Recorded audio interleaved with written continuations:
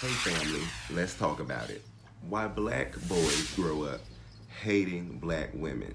It's a real thing, and you know it is. So let's talk about it. I want to start by saying this. I absolutely love and adore and cherish black women. I agree with a quote that you see often now from Brother Malcolm X that says the most unprotected and disrespected person in America is the black woman. It couldn't be farther from the truth.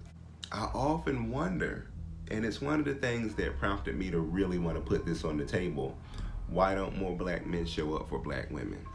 I had to examine some of my own personal experiences, and I had to have some conversations with some really close friends of mine who are sisters and say, hey, these are what my experiences have been, and let's talk about it. I should also say that I am a black gay man in America. Lord have mercy. And one thing that experience has taught me is how to love and be compassionate because I'm first black. We know what that experience is like. And to live in my community where we have that shared experience, no matter what shade of black you are, sometimes no matter where or how much you're educated or what you make or whatever, there are a lot of things that we still experience and there's still a lot of bullshit that we have to go through. And to come back to that same community as a gay man and be looked down upon because of how and who I love and the way that I love, that was one of the most crushing things that I've ever experienced. But that taught me how to be compassionate because I didn't get love when I deserved it. So that taught me how to give other people love when they didn't deserve it. Because you can't go through life being your whole self or being the best that you can or not living with poison and hatred in you unless you're able to forgive and understand other people.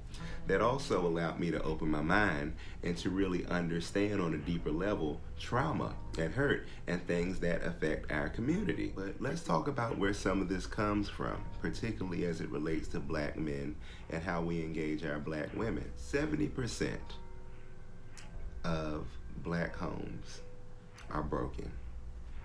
And we know, I mean, I'm not one of those conspiracy theory or Hotep brothers or any of that type of thing, but we know that there was a system, and there is a system that has been created to separate and divide black families. And as a result of that, at least 70% of black homes are single parent homes where mostly a mother or an aunt is raising the child or children. I remember me particularly being raised by my mom, and my father left when I was a baby. I remember her doing her thing. To me, she was my hero because I thought she could do anything. I never really understood it. You know, she protected me. She made sure that I had food and a lot of different things. But, and I do believe that she loves me.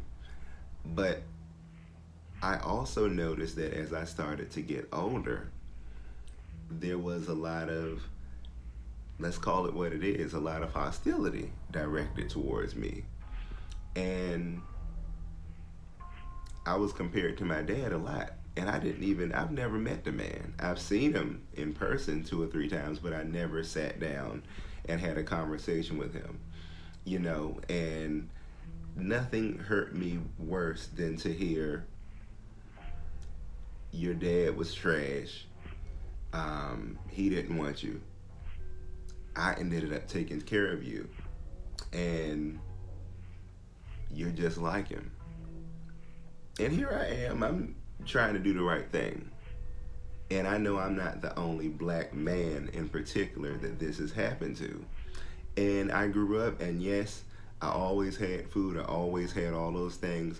But I grew up constantly being compared to somebody that I didn't know, who did some things that I had nothing to do with.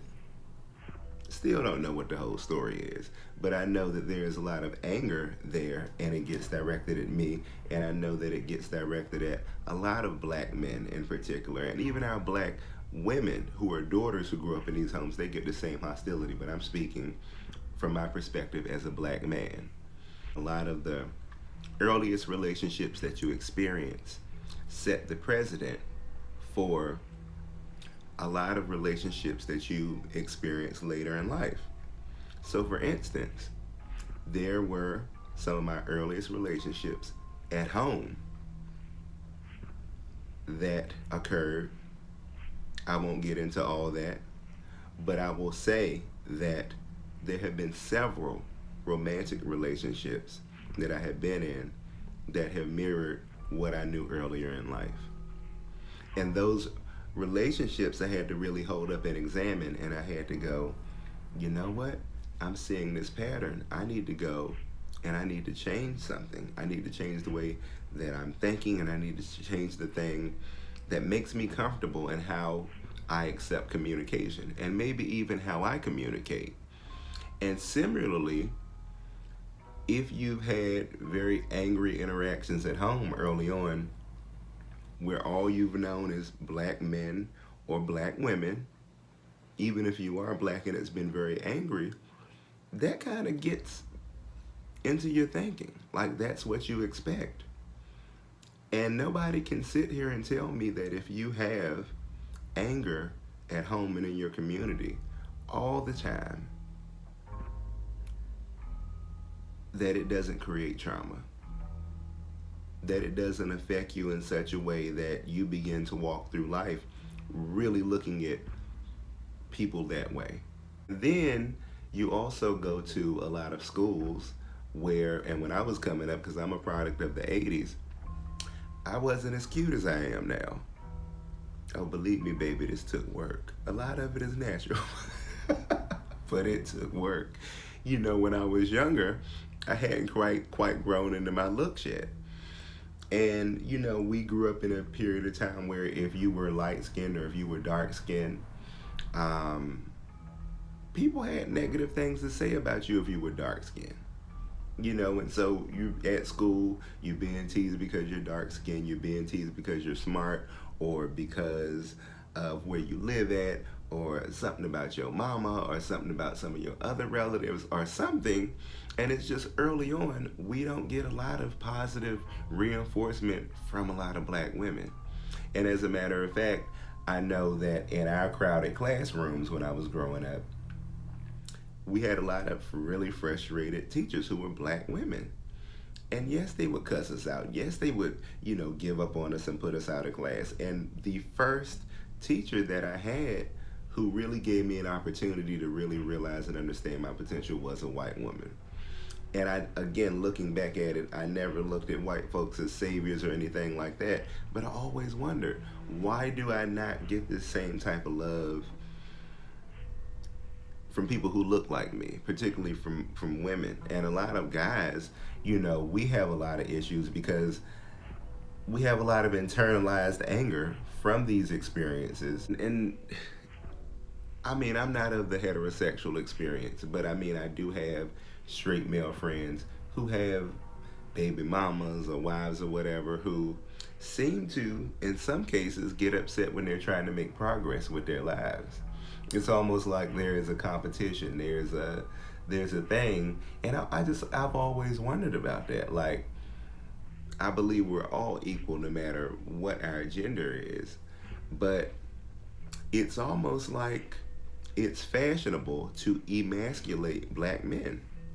As a black gay man, I've been lucky, especially earlier on in life, to have experiences with black women that were awesome. And you know, sometimes we get them fag hags and stuff in high school and college. And they'd be like them little gay Harriet Tubmans on the Coming Out Underground Railroad. You know, it's like, and they know you're gay. Some of them will go with you just because they know and they want to help you. And some will just straight up tell you, look, boo, I know you're gay. We gonna get you through this. And that really helped me to develop a true affinity for my sisters. But I also had some really traumatic experiences with some black women who were horribly homophobic, who said some really nasty things, who did some really nasty things that I will never forget. And think about the experiences that some black gay men had with their mothers, who are disappointed, who feel like they're no longer men just because they love other men and put them down.